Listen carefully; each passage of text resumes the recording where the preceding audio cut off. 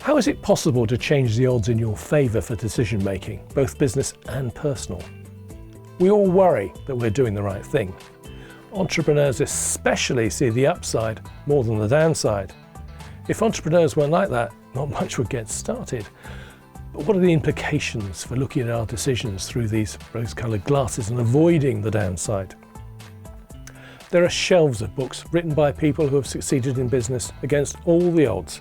Don't read them. Don't buy into what is in effect their ego trip. Their context is not yours. It's a pity none are written by people who fail, the other 90+%, 75% of which, well documented, fell in the first 5 years, as we might avoid repeating their mistakes.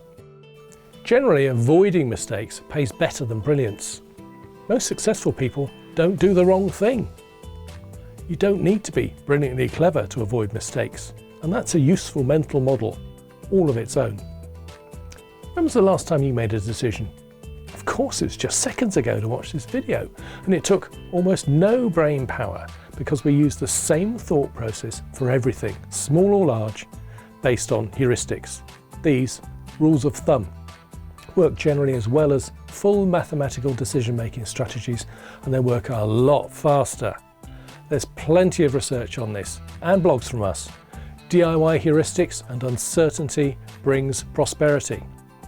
I've also written about one helpful way of thinking about decision making called satisficing.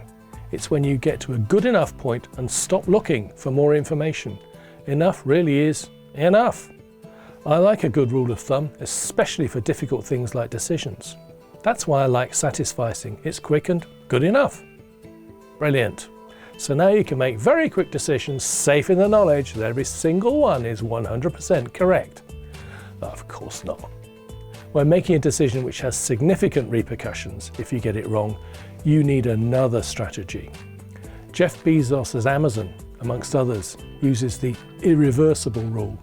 Is the decision reversible or irreversible? Our usual way of thinking is that all decisions are irreversible.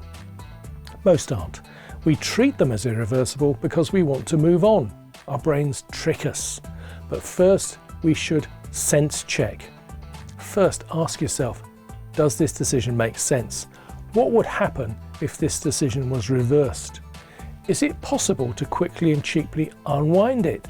If it isn't easy to unwind, slow down the decision-making process. Assemble all the facts, weigh them carefully, then decide.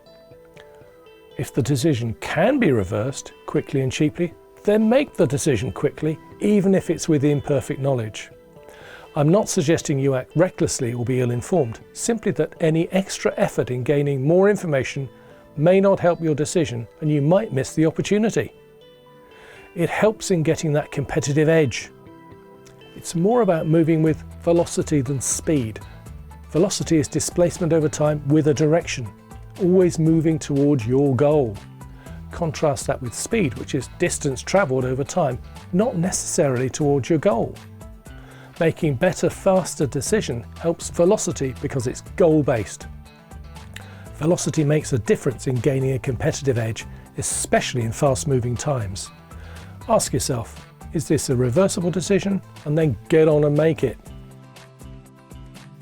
In this video, I've explained how we make decisions quickly using rules of thumb, which are very often good enough.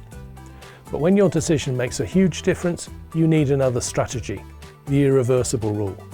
What does it take to unwind our original decision?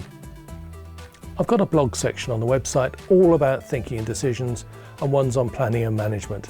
Click the link in the description and start your journey. And be sure to check back to the website. The new Thinking and Decisions section will be regularly updated.